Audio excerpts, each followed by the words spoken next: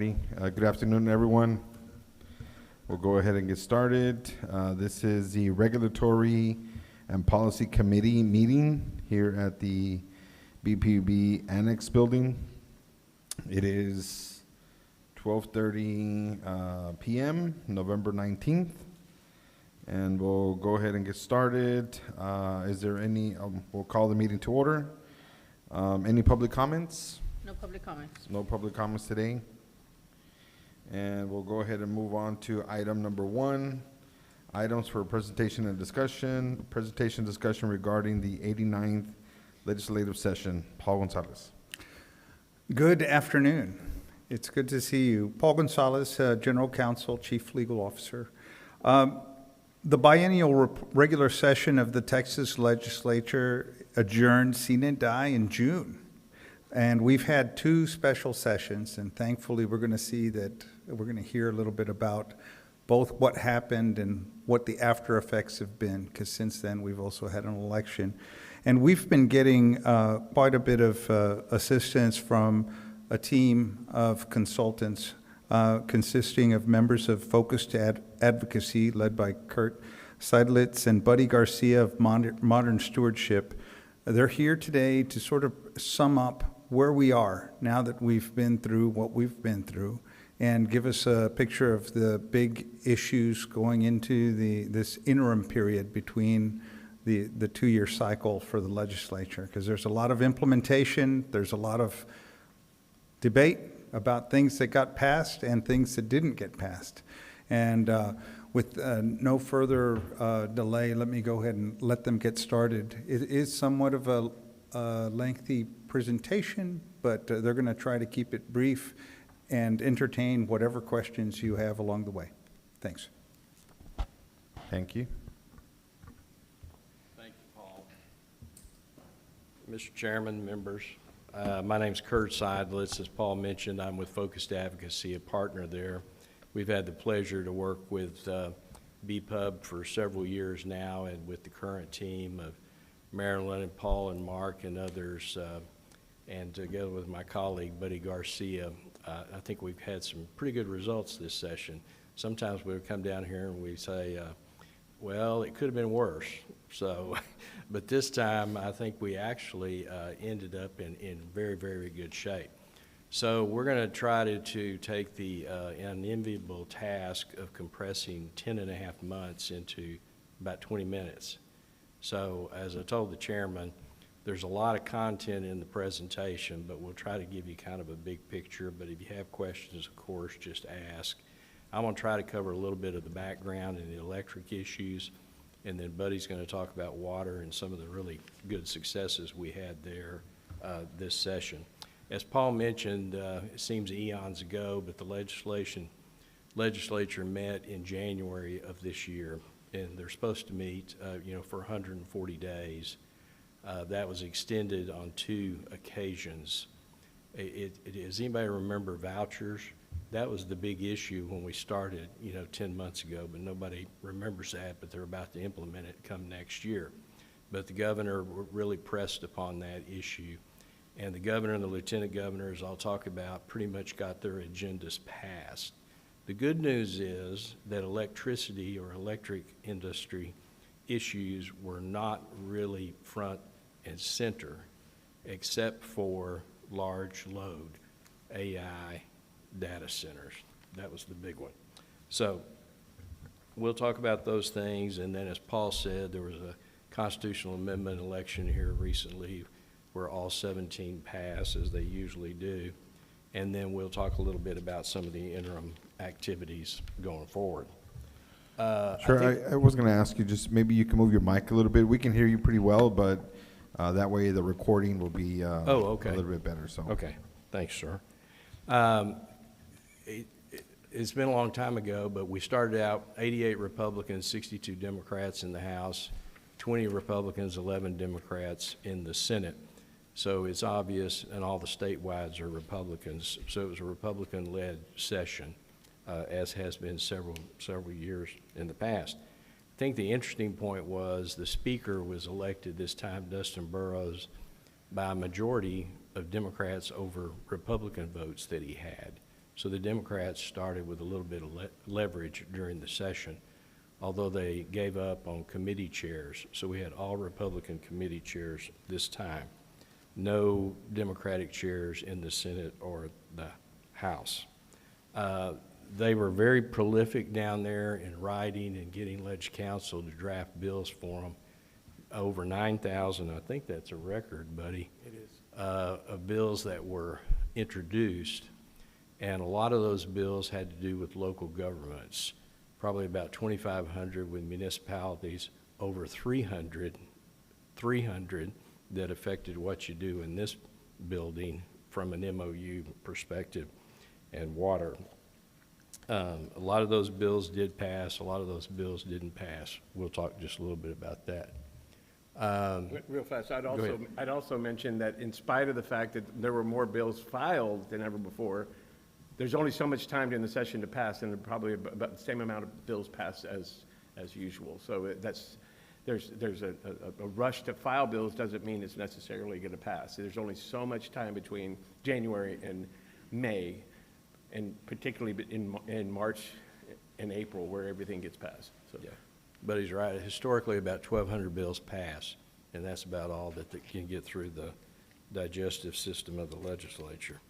Our delegation, we have a new senator this time, of course, Adam Hinojosa. Oscar Longoria's got a little bit of BPUB, worked a lot with Janie Lopez and Aaron Gomez.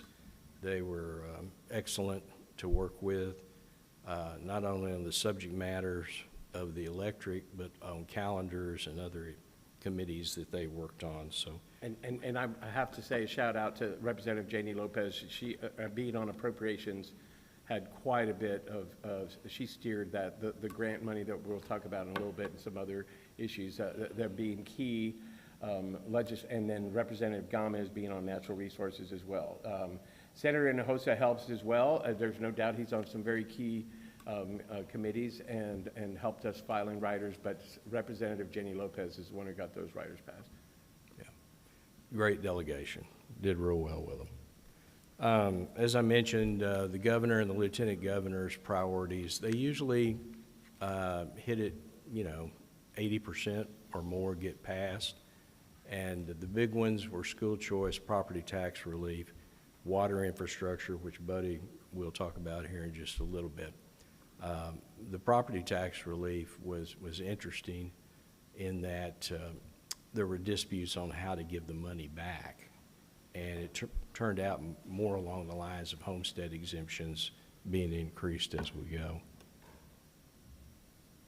There's lieutenant governors. He usually has about 30, and I think about most all of them. The one that didn't pass was community advocacy censorship of manning cities and public entities that use tax dollars to hire folks to go and advocate and even spend money on what y'all may be able to advocate on from your position on the chair. Various bills over the last 10 years, but that bill died in the House. I just mentioned this because all three of the lead guys, Lieutenant Governor Dan Patrick, Speaker Dustin Burrows, Governor Greg Abbott, were pretty much on the same page on most all of these issues as we went into the session. And Speaker Burrows really cemented himself as the speaker for the conservatives by working together with those two and delivering a very, very conservative agenda. As I mentioned on the electric side, entering the session, the biggest issue was how are we going to meet the increased demands on ERCOT and the grid to accommodate all this increased load. Just think about all the growth that's happened all up and down 35, all throughout the state, DFW down here, San Antonio, you name it, tremendous growth.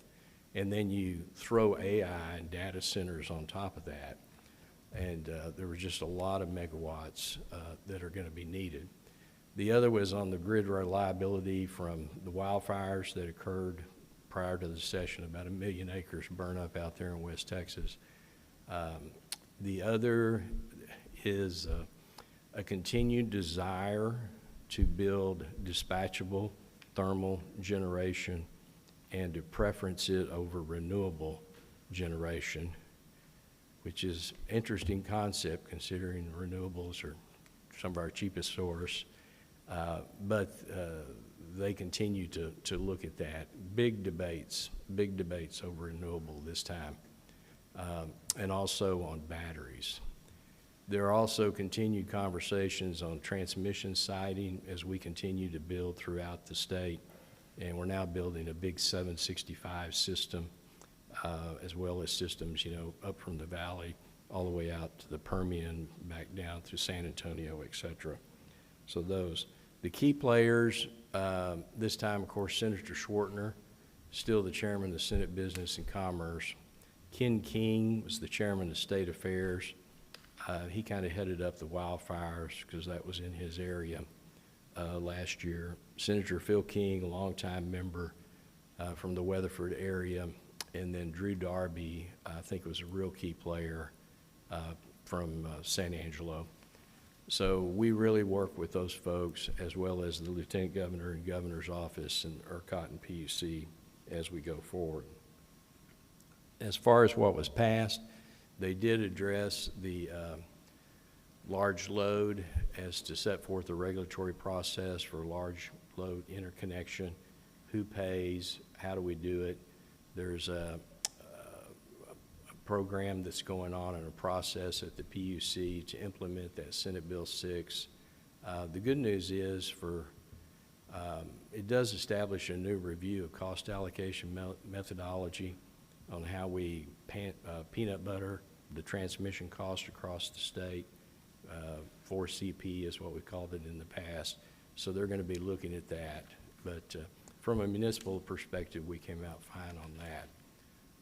There's always been the efforts for grid resiliency.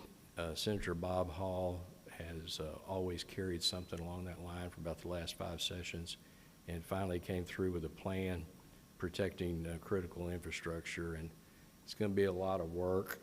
I'm not sure what the end result will be, but they're going to keep us busy on that. The other thing that was a real resurgence this time was nuclear energy. Everybody focused a lot on nuclear energy and actually gave a bunch of money to the development and the research of nuclear energy and small modular advanced nuclear reactors. The other was the Texas Energy Fund. Y'all recall last session, and the voters voted on it, up to $10 billion in appropriations for loans for people to build dispatchable generation, and they added $5 billion. So it's $5 billion last time, $5 billion this time, and those plants are actually getting started too. The other one that kind of fits in a lot with the legislation that involves cities.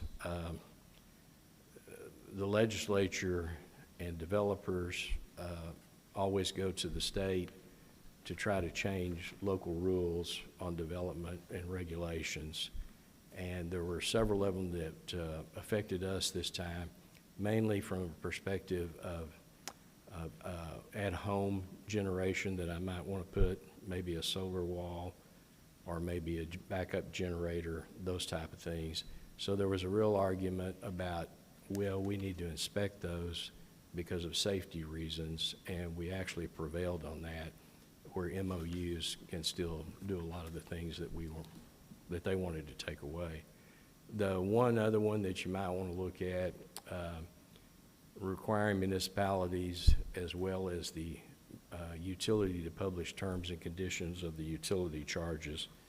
But like I said, all in all, some of these may be an inconvenience, but some of them are going to be an enhancement of transparency, and some of them are things we're already doing.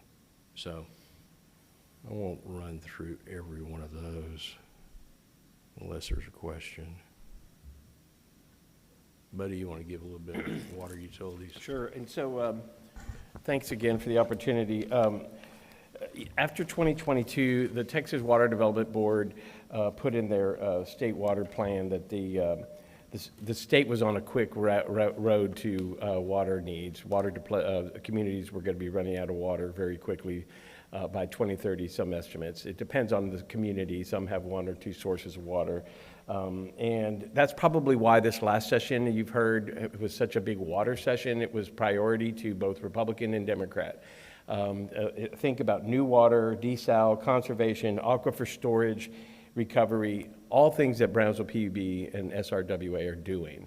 So we were fortunate enough in 2024, Marilyn Gilbert came to Austin, and we met with leadership and explained to them how things are done here, and became somewhat of a template, as I explained to you, Mr. Chairman, for the state to look at how we could finance water and have it become new water or new sources that communities could develop on their own, some kind of path to avoid the shortages. And we're in a drought statewide again, notwithstanding the July 4th floods. There is a long-term water supply plan. So Senate Bill 7, SJR 7, those were the main vehicles for the state to focus on a new water source, a new plan of funding. In the mid-90s, they created the regions that you all are in, Region M, State Water Plan, and now it's taken 30 years, but they finally have a dedicated source of funding that comes from sales tax. It is akin to like a highway fund, if you will, that will put $1 billion a year for 20 years toward water. Well, when you consider there's probably a $585 billion need now, that $20 billion over 20 years isn't going to solve it, obviously. It's going to take some real regional planning, and it's going to take some dedication by communities like yours. And as I mentioned, PUB is a good model for a lot of that. HJR 7, which was along with SB 7, was the constitutional amendment required that the voters approved a few weeks ago as in the form of Prop 4. And what Prop 4 does is it provides a dedicated source of funding for local and regional infrastructure, wastewater, flood infrastructure projects within the existing sales tax revenue. It doesn't increase taxes, and it matters, I think, most for the leadership to have new infrastructure, new water, if you will. So that was a big win. Representative Erin Gomez has helped in that. She was on House Natural Resources. Another bill that Senate Bill 1169 that Senator Adam Hinojosa sponsored with Representative Ryan Guillen allows public entities to operate as a public utility authorities. Think of smaller entities who weren't able to get certain financing prior for financing water and sewer projects. Again, at South Most Regional Water Authority pretty much is a good example of that. You've already formed one in the SRWA with several communities. We've been working with Senator Hinojosa's office to understand that as they tried to reach out to communities in his district to form a PUA, if you will. There was another bill that passed in the special session, the second called session, Senate Bill 14. It did not pass during the regular session, but it requires political subdivisions to establish a tax credit procedure for builders or developers who install water reuse or conservation systems.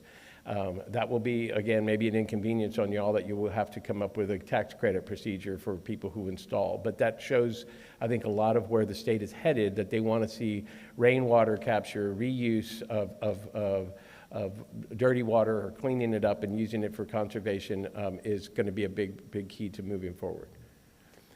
Particularly interesting, and I'm very proud of, is that House Bill 500, that's the supplemental budget bill.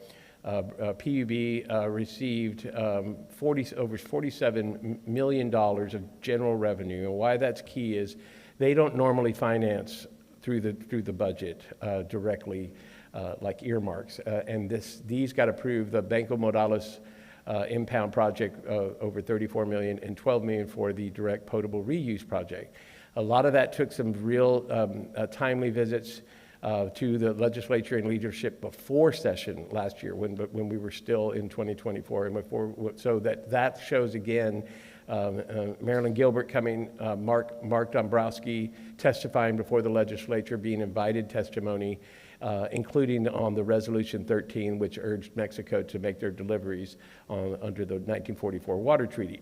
As you all probably know, the dams are below 15-20% or something like that now, and what it would take to refill, I don't think that Mexico is going to comply with the current period that they're in. I think that's pretty straightforward.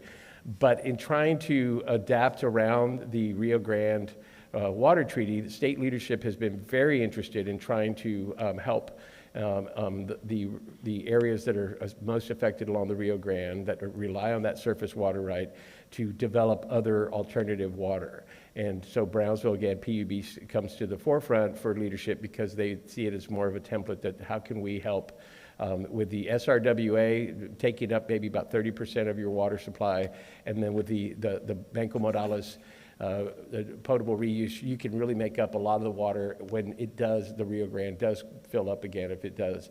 And I think the only tool that's left out of those that we have talked about in the past would be the the Weir project, which is not anywhere near moving forward, but I've heard brought up again by folks who could capture that water before it reaches the Gulf. But that being said, y'all are in a good position right now with these projects, and then with House Bill 7, Prop 4 passing, to approach the Water Development Board for a rather comprehensive expansion of SRWA. I think that your potential, because those things are being implemented now at the Water Development Board, the rules. And so timeliness is always important, being ahead of the game, but getting in line with a real plan. These projects were shovel-ready, more or less, compared to the rest of the state. The rest of the state is so far behind when it comes to these things that Brownsville PUB is in a really good position to move forward with more state support for, and anticipate for SRWA expansion. I can't emphasize what a big shift in state policy this is, because they don't give money. You go to the Water Development Board, you get your loan, you do those type of things. Then they tell you to go to the feds and try to get your money there. So, and this really wasn't a Senate position. This was a House position. And I think they were thinking, hey, we've got all this extra money. We want to make a big investment in water infrastructure. Let's get some bang for our buck and just give it directly to. And the real kicker is going to be, we had a lot of extra money this time. Are they going to continue this going forward when we may not have as much money?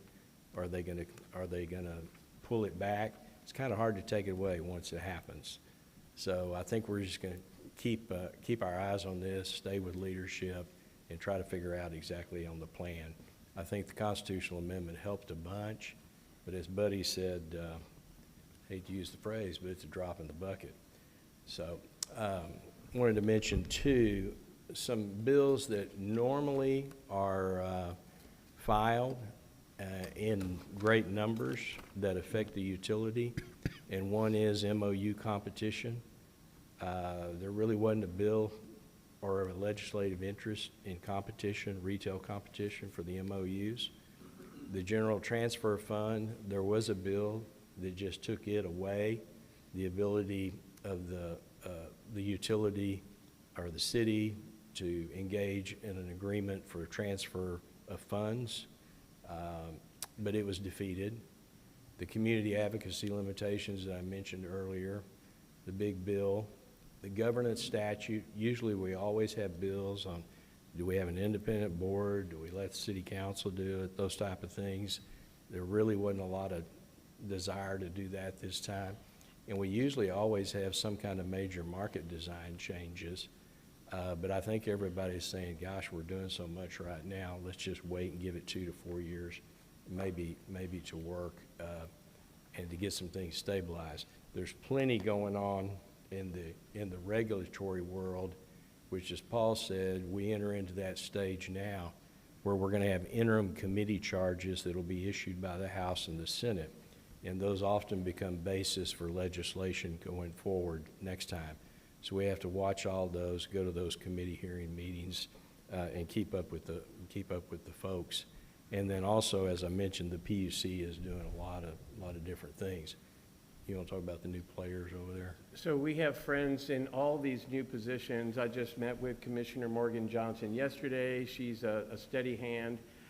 Something you should probably know is a lot of times these appointees, including when I was a TCEQ commissioner, I was a governor's employee at the time.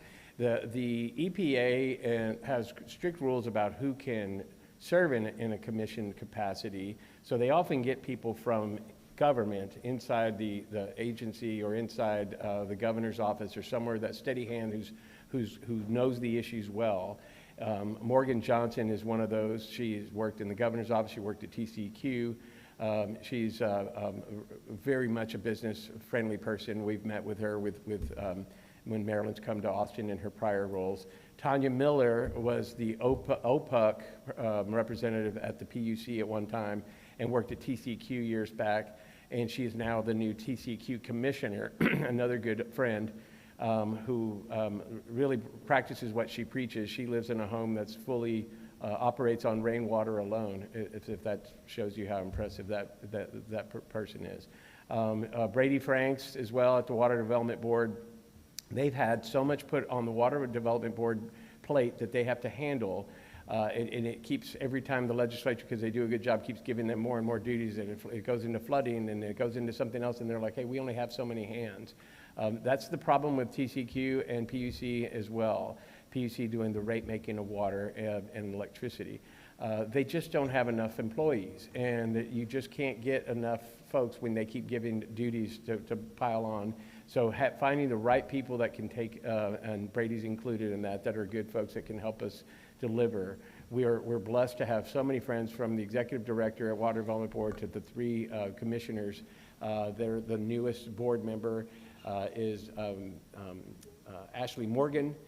She's also, she was my assistant at one time, and she's top-notch, an attorney at the Water Development Board.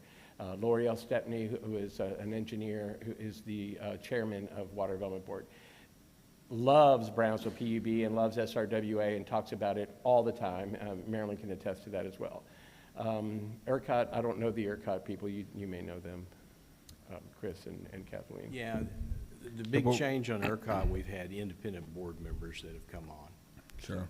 Yeah, are we going to be also providing this information for the bigger board on the next meeting, or? It's up to the committee how you want us to present to the full board. If you want us to do a condensed version, if you want us to do as backup, this is why it comes to the Sure. Policy Regulatory Committee for you all to decide, and then at that point, we'll come back. Yeah. Okay. Yeah, I think we can probably condense it a little bit for the bigger board. I know it's already a lot of information, and obviously we want to highlight the good things that just happened, right, as far as getting the money and so on and so forth. So, yeah, I think we will do a probably more condensed and just hit a couple of those main points. Obviously, we have constant communication with you guys. You know, that kind of happens in the background. We do like to see the presentations just so we share with the community everything that's kind of happening behind the scenes and a lot of the good work that may not be front and center. But given the time, I think we've been about 30 minutes for the presentation. I think we can probably end it here, and then we'll work on what to present for the bigger board, if that's okay. That'd be great. Unless you want to end with anything? I'd like to add just one thing. There's going to be a lot of turnover in the legislature, as many as 7, maybe 5 for sure, senators that are going to be leaving, institutional knowledge champions, if you will, of things that you count on, and in the House even more turnover. So I think the speaker is in good shape, but you never know. I would just leave it with that. Yeah, the only other thing I would say, it's campaign season. Yep. Primaries are going to be coming up in March. A side note, congressional redistricting was overturned by a 3-judge panel yesterday, so that'll be appealed to the Supreme Court. I don't know if they're going to have time to do all that, but we'll probably run under the old districts next time. That's what everybody's thinking today. That could change in the morning also. But of course, the House and the Senate on the state level stayed the same. It wasn't affected this time. The other one that I was just going to mention is that a lot of times in campaigns, electric issues do come up and rising cost, and they've already shown up around the country in other races that are occurring right now. So as contested as these are going to be, I can see that happening here too. So Yep. we'll Yeah, stay yeah. on top We're- of it. We monitor that as well here at the local level, but definitely we'll continue the conversation. Thanks again. And I we're at don't- your service if we need to return, just let me Yeah, know. absolutely. just let us Any know. questions or comments? Yeah. Thank you. Think I we're would just good? say too that it's really incumbent upon us to work real well with other municipalities around the state. Maryland does a great job on the board, and Mark and Paul, and we participate with our association, Texas Public Power Association. Awesome, good to hear that. All right. Thank you. Thank you all. So a lot of good information there. We'll move on to item number 2, presentation and discussion on the proposed warehouse policy. Good afternoon, Chair, members of the board. This is the revision of the warehouse policy. It was last revised in 2022, so this is just like a record-keeping requirement. Every 3 years, we need to update it. So the policy establishes standards for receiving, storing, and issuing materials and equipment, and legally disposing of surplus or scrap materials in accordance with the Texas Local Government Code.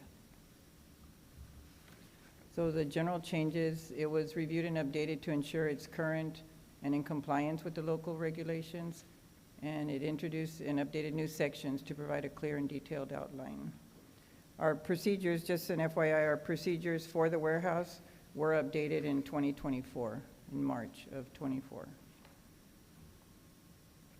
You have any questions? No, I think we did review it last time Yes. in the same committee, so everything looks pretty straightforward. I would say that we can probably include this as not an item, but a consent item. Right, and usually we receive feedback if you all are in agreement to include at the next board meeting in consent. We will include this item for consent with the red lines so noted and the updated requests. And if I there's think any this- other questions, let us know, and we'll move it to the individual consideration. It's pretty straightforward, so thank you. Okay, thank you. Thank you. Moving on to item number 3, presentation and discussion of the proposed asset management policy. David Ramirez. Good afternoon, Chair, members of the committee. My name is David Ramirez. I oversee the Asset Management and CAP Delivery Department, and I'll be presenting the proposed asset management policy. A new policy has been drafted for the implementation of an asset management system at the Brownsville PUB. The organization is looking to implement and maintain a corporate asset management system consistent with the standards and guidelines established by the Institute of Asset Management and ISO 55001 in order to improve preventative maintenance practices and raise the value and reliability of company assets. It addresses the implementation of technologies to improve asset value, efficiency, reliability, condition monitoring, and asset failure forecasting. The policy calls for the design of processes that generate operational data to obtain performance insights for improved performance, visibility, and decision-making at all levels of the organization. And it also defines the role of this department and its interaction with engineering and operations units, which is to support them in maintaining assets, considering criticality and economics. The policy also defines which types of assets this initiative covers, which are the types of assets that require regular maintenance and inspection in order to remain efficient, reliable, and compliant. I'll go ahead and open it up for questions at this time. What we're looking to obtain is your approval to take this new policy to the full board as a consent agenda item for adoption approval. Comments, questions? No questions. Yeah, I think it's a new one, so it's good that we're establishing this in a new policy. So yeah, it can be under consent. Thank you. Thank you. And just to keep in mind, the policy will be covered. We are in the process of developing procedures. Some of the procedures are in draft form. They're almost ready to go. And as with any new policy that's implemented, it takes time to get all of them. You know, David right now is working with various different staff members, but eventually we will have a full-blown team that would be part of the asset management, and that's as we move towards the best utility practices. Okay. Moving on to item number 4, presentation and discussion of the proposed enterprise project management office policy. David, again. Again, good afternoon. I have this item as well. I'll be discussing the proposed new policy for the Enterprise Project Management Office. A new policy has been drafted to launch and operate the Enterprise Project Management Office, EPMO, at the Brownsville PUB. BPUB is looking to implement and maintain an EPMO consistent with the framework established by the Project Management Institute and the Construction Management Association of America in order to raise the quality and effectiveness of the project management practice in the organization. This policy applies to all capital projects and programs managed by the BPUB and requires the establishment of procedures and standards of best practice for project and program management, including project planning, execution, monitoring, cost forecasting, and project closing. The EPMO covers projects funded through capital improvement funding of any size that originate in any of the divisions in the organization. The objectives of the EPMO are to raise the standards of the project management practice in the organization, to ensure project managers across BPUB receive adequate guidance, advice, and training in order to deliver projects on time, within budget, and to the required quality standards. To develop project management performance insights, key performance indicators, and any other metrics that help ensure the success of capital project delivery. We want to foster continuous improvement in the project management practice at BPUB. What we're looking for here is to align the organization's project management practice with the highest standards in the industry. Again, I'll open it up for questions. Yeah, no questions? No questions, but I'm very glad to hear that you're doing this. Yeah, this should, as we discussed before, improve our CIP management and just make us a little bit more effective. So all good things. We'll move on, and if we can put this in consent as well, if it's ready for the Thank you. for the next meeting. Thank you. Thank you. So moving on to item number 5, presentation and discussion of revisions to the BPUB personnel policy and procedures, policy number 11, funeral leave. Yes, thank you, board members. For the record, Claudia Lujan, Director of Human Resources. Today I will be discussing personnel policies that are currently under review, the first one being funeral leave. But by way of background, to give you some context, the division is actively working on updating all of our policies with several key objectives in mind. One is to ensure compliance with federal and state law. 2, to provide clear language that allows uniform interpretation of the policy. To provide workforce safety and employee wellness where applicable. To address and mitigate employee burnout and enhance employee retention. Additionally, we aim to make our policies adaptable, thereby allowing us to respond swiftly to changing labor laws, industry advancements, and internal process improvements that we come up with along the way. Before I begin, any questions? No, I think that's an excellent approach. Thank you. So with regard to our funeral leave policy, you'll see that it was last revised and approved in 2003, so it's about time we do it again. We look at establishing the amount of paid funeral leave benefit to our employees, and the policy, again, is we're going to ensure that it's current in compliance with federal and state laws, and also formatting and updating the policies so that we have some consistency. moving forward. So doing a comparison of where we are currently and what we're proposing at present, the title is funeral leave. We're proposing that we change it to bereavement leave, thereby making it more inclusive of everything that takes place during planning for memorial and the grieving process. We are transitioning from the interpretation of 3 days and turning it into hours. The reason being is that we do have some individuals, for instance, that might be on a 10-hour workday, so they would be expecting 30 hours, where those that are on an 8-hour workday would get the 24. This way it's consistent in application, and it removes us from having that difficult conversation with the employee during a challenging time, right, in their life. So transitioning to hourly interpretation. Also, we have immediate family member allowable at 40 hours, thereby increasing it from 24 to 40 hours, and then all the way down to 8 hours for non-immediate family members. This is going to be one of our training documents for employees so they can see how it is lined up, the covered relationship, as well as full-time and part-time employees, it being prorated for part-time employees.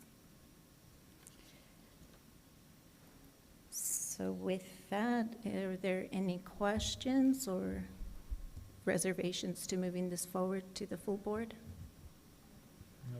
No questions. Very good explanation. I like the layout, and I appreciate all the thoughtfulness that went into this. I hope the employees appreciate that as well. Thank So, you. yeah, go ahead and you can put it in the consent items. Yeah. Perfect. Appreciate that. Yeah. Oops. The next item before you is with Yeah, regards. I might have to read it, so I'll just go through really quick. Oh, I'm sorry. Yeah, no problem. Presentation, we're going on to the next one, item 5, presentation and discussion of revisions, 6, sorry. Presentation and discussion for the BPUB personnel policies and procedures, number 15, hours of work and overtime. Claudia Luján. Thank you for that. I got ahead of myself there. It's standard in organizations to have our work hours established by policy. You'll see this was last done in 2005, so we endeavor to update it. Again, we reformatted the policy to align with our current structure. We approached this also to provide clarity in language and uniformity of practice within the organization. And also, we took into consideration that the employees were highlighting the need to have the ability to plan personal life, particularly when they are on an on-call status. So that's what we took into consideration when making these proposed changes. You can see they're limited work hours to 14 consecutive hours with an 8-hour rest period.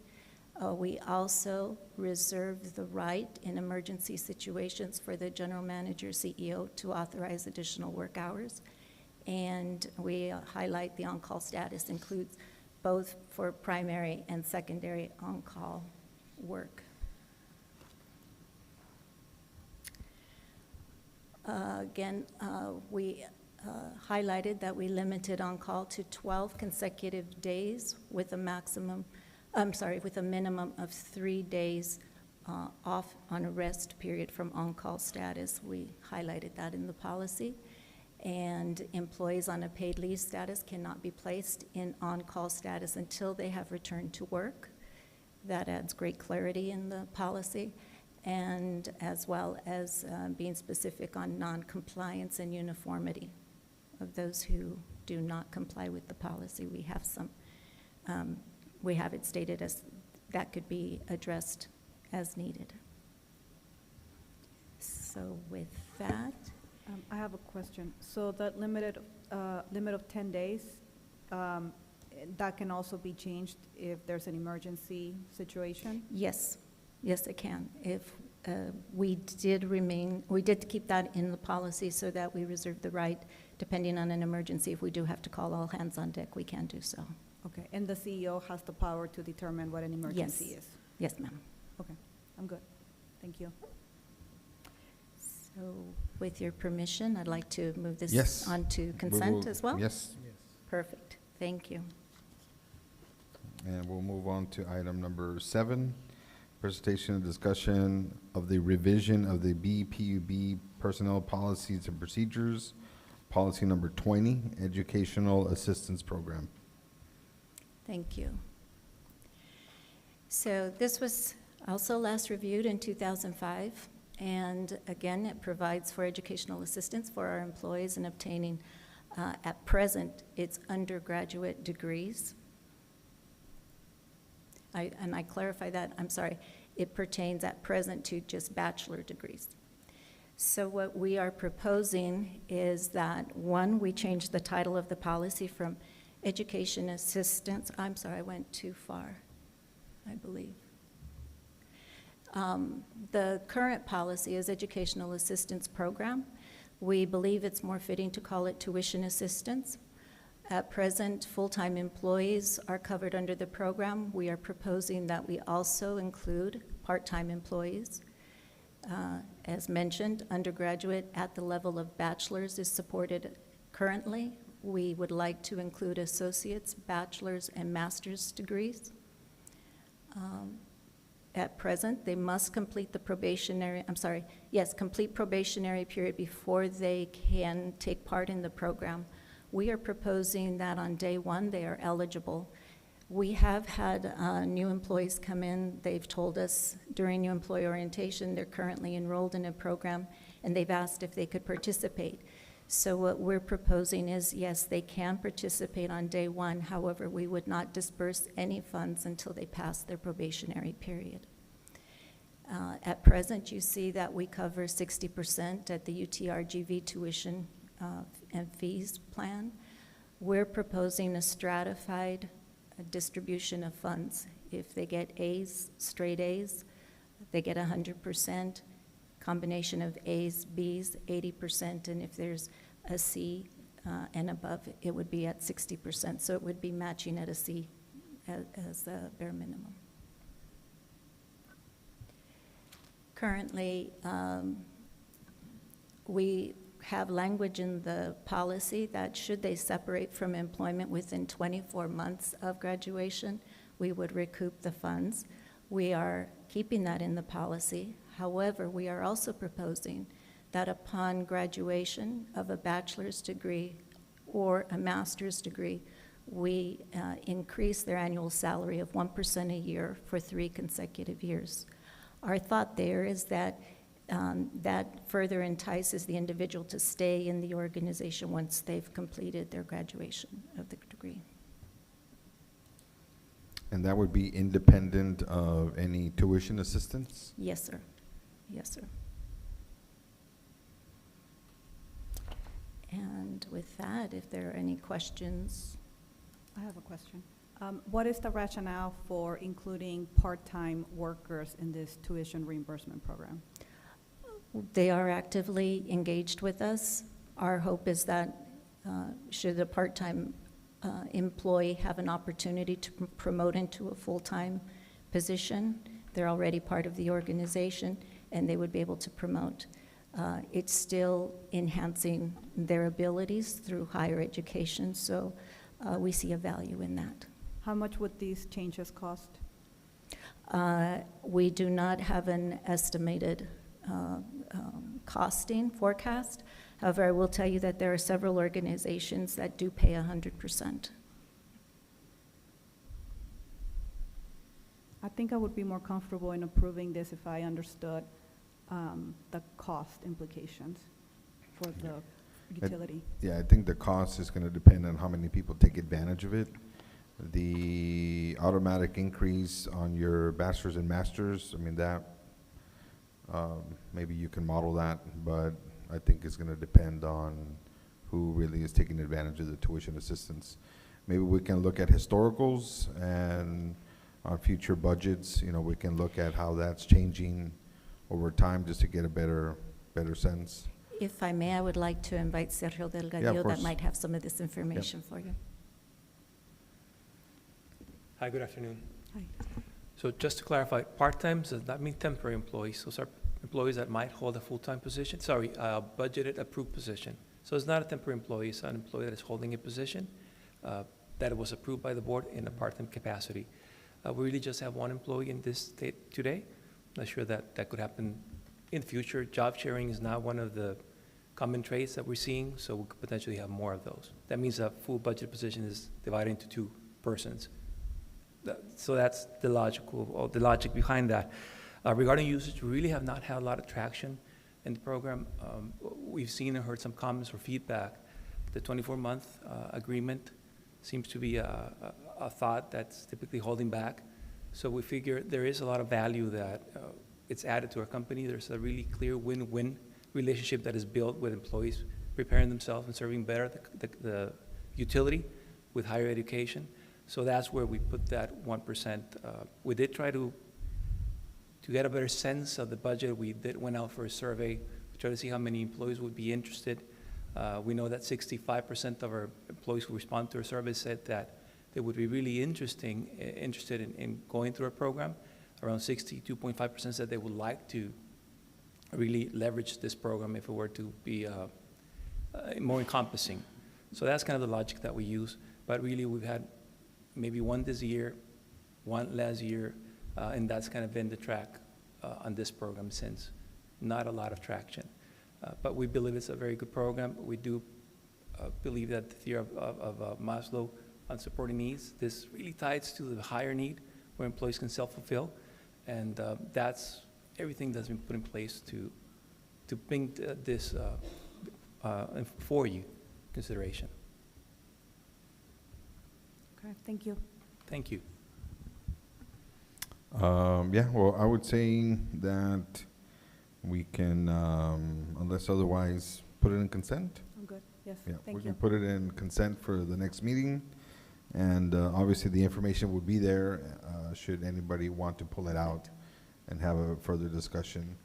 I Thank think the you. information that was provided just now really helped kind of secure that, so Appreciate it. Thank you. thank you for that. Thank you. Thank you. Moving on to item number 8, presentation and discussion of the proposed BPUB personnel and policies procedure number 45, professional development. Thank you.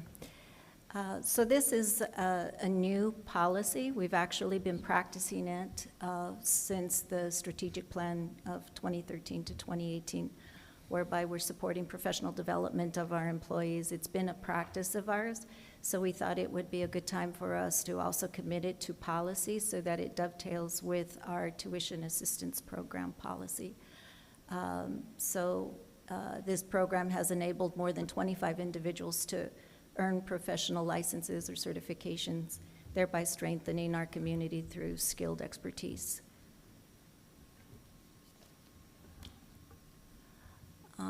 Again, it's formalizing the program into policy, supporting employees' growth and development. We do reimburse at 100% for certification and licensing. And you see there are some of the benefits of investing in our employees, creating bench strength, and also this helps us as we are looking at retention and succession planning within the organization. So, if Yeah, there's any questions or comments? No, thank you. Yeah, really good work. As you highlighted before you went through all the different items that you covered, just the vision around all of these policies definitely is good for the employees, and just continuing to promote development, educational attainment, just a positive work environment, flexibility, et cetera. So really, really good work. Thank you very much for all of that. Thank you, I appreciate it. Yep. Thank you. Last item, number 9, presentation and discussion of proposed BPUB rules of governance. Paul Gonzalez. Good afternoon again.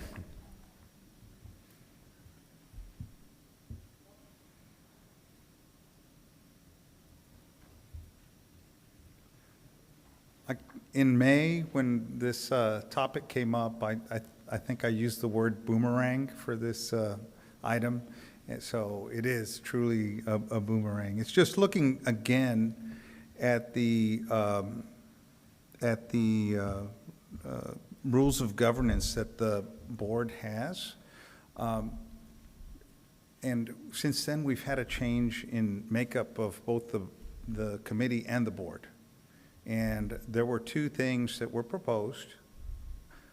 Two were corrections that were just to bring it up to date with compliance with really what the law requires for open meetings, you know, as far as we don't need to take a vote when we do competitive matters, right?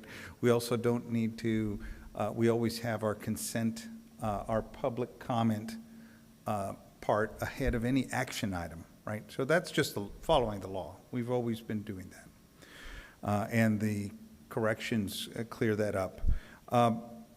But the item that has sort of not been taken to the board and in part circumstances sort of overtake us. We had a bond offering, we had changes in the board itself, we had other things happening, but we're bringing it to the committee to see if it's time to tee it up.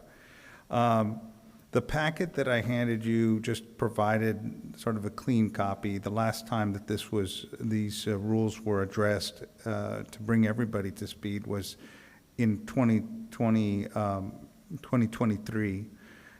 And towards the end of where you see the red line pages,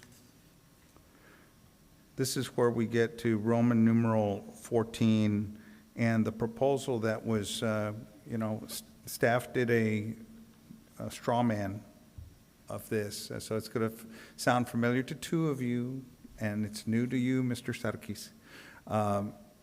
There was a proposal to have the flexibility to have one member of a standing board committee be a qualified former board member, right?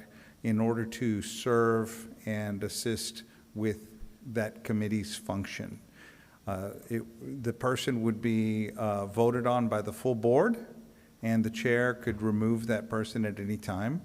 They'd need to be qualified as a board member would be qualified, and they'd have to enter into an NDA. Right, so that was the proposal. There's language in that red line. We talked about it in May, and this was before. So at the very end, I put a little synopsis of a transcript. So I'm sorry you didn't have that in your board packet. I apologize for that. But it's the idea. We have two corrections to make that were not controversial at all, but there was some discussion around this. Is it time to take it back to the board to have the board sort through it and refine it, change it, reject it? That's where we are today. Yeah, I think it's a good time. As you know, I did participate in, I guess, the idea of this, or gave some feedback. So yeah, I think it would be good as an item to be put in front of the board. I wouldn't put it on consent, just so we can generate some discussion, and given that it's governance, people are able to kind of go through the process, understand. So yeah, I'm okay with that. I don't know if there's any concerns. This was just an idea. I think, I don't know if it was like the first year I was here. I don't think there's anything active right now.